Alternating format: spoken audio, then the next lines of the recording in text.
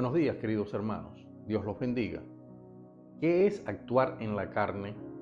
¿Caminar en la carne? Esa es una pregunta que solemos hacernos, más que nada porque los seres humanos tendemos a ver las cosas en su sentido práctico, en su sentido físico, y así reducimos muchos significados. Actuar en la carne, para muchos, significa hacer aquellas cosas que nuestro cuerpo nos pide. Y el ejemplo más utilizado es el sexo, porque utilizamos nuestro cuerpo, nuestra carne. En cierta medida hay algo de cierto en esa explicación sobre qué es actuar en la carne, pero es solo un mínimo aspecto. Esta frase se desprende de un dilema mayor que tenemos. Fuimos concebidos como seres espirituales. De hecho, eso que llamamos vida es el soplo de Dios. Recordemos lo que nos dice Génesis 2:7. Dios formó al hombre del polvo de la tierra y sopló en su nariz aliento de vida, y fue el hombre un ser viviente. Y desde ese momento tenemos ese debate en nuestro ser. Actuar en la carne, es decir, según los deseos biológicos de ese ser que Dios creó, en palabras científicas, comportarnos como el animal que somos por simple y puro instinto, o actuar en lo espiritual, usando los dones y la herencia de comportamiento que recibimos de nuestro Creador a través de Jesucristo. Pero este asunto es aún más complicado porque somos seres racionales. Cuando Dios sopló vida en nosotros, nos regaló la posibilidad de analizar nuestros hechos, pero también nuestros sentimientos, nuestros deseos. Y cuando nos expulsó del Edén, nos dio el libre albedrío con una intención: que seamos responsables de nuestros actos, sean carnales o sean espirituales. Dios nos dio la capacidad de reflexionar para decidir si hacemos bien o mal, si actuamos como seres racionales o como seres irracionales, si somos bestias o criaturas espirituales. En simples palabras, que actuar en la carne, además de responder naturalmente a nuestros instintos, es permitir que esos instintos de la carne determinen nuestros actos. Veamos un simple ejemplo. Usted está felizmente casado, felizmente casada. Tiene una familia hermosa, una bella esposa fiel y amorosa o un bello esposo. Pero en su trabajo hay una mujer tan bella o más bella que su esposa, o un hombre más bello que su esposo. Esa mujer o ese hombre se le insinúan y usted se deja llevar en ese juego, incluso aunque no llegue a mayores. Ya ahí está actuando en la carne, porque el consejo de actuar en lo espiritual anda en otro plano. Recuerde el consejo de nuestro Señor Jesucristo en Mateo 5, 28, 29. Cualquiera que mira a una mujer para codiciarla ya adulteró con ella en su corazón. Por tanto, si tu ojo derecho te es ocasión de caer, sácalo y échalo de ti, pues mejor te es que se te pierda uno de tus miembros y no que todo tu cuerpo sea echado al infierno.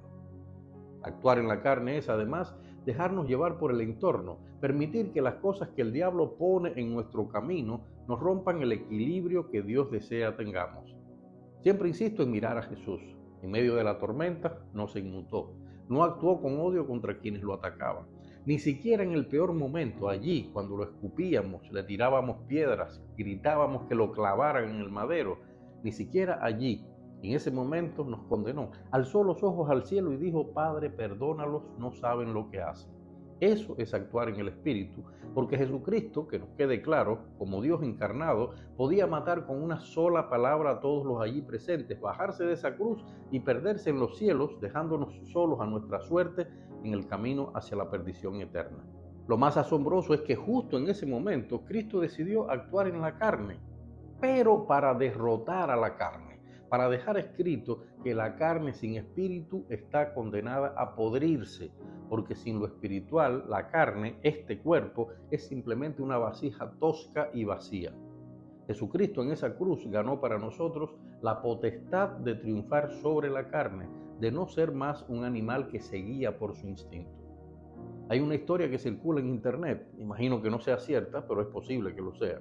Y esa historia significa perfectamente un caso típico de cuando actuamos en la carne ante los demás y de cómo actuando así damos una mala imagen del Dios en el que decimos creer. La gente nos verá actuar así y dirá: si ese es un hijo de Dios, yo no quiero ser como él. Se trata de una mujer que conduce un auto y va apurada, pero el chofer del auto, que va adelante, ve la luz amarilla en el semáforo y aunque todavía le da tiempo a cruzar, va frenando y espera con calma a que vuelva a ponerse la luz verde.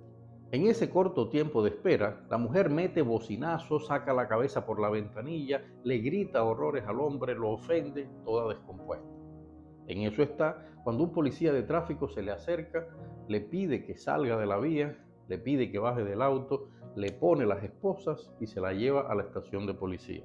Y en todo el camino, la mujer va ofendiendo, amenazando al policía por su error al tratarla como una delincuente, diciendo que aquello no iba a quedarse así.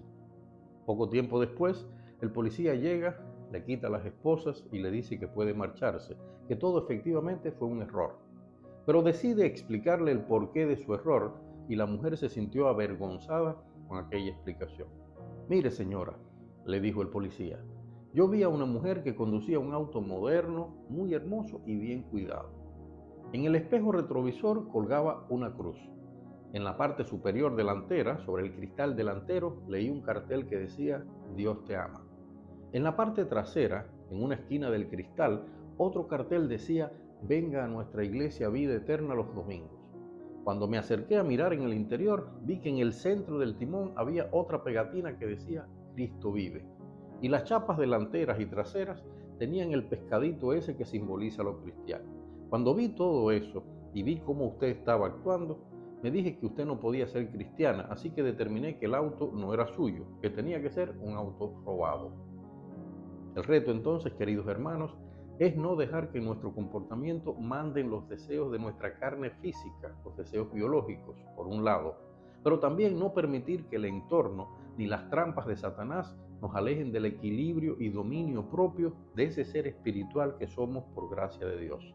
En Colosenses 1, versículos 9 y 10, el apóstol Pablo, alguien que define en sus cartas muy bien qué cosa es caminar en la carne y qué cosa es andar en el espíritu, allí Pablo ora porque aprendamos algo importante en nuestro andar en el espíritu. Allí nos dice, para que seáis llenos del conocimiento de su voluntad en toda sabiduría e inteligencia espiritual, para que andéis como es digno del Señor, agradándole en todo, llevando fruto en toda buena obra y creciendo en el conocimiento de Dios. Dios los bendiga.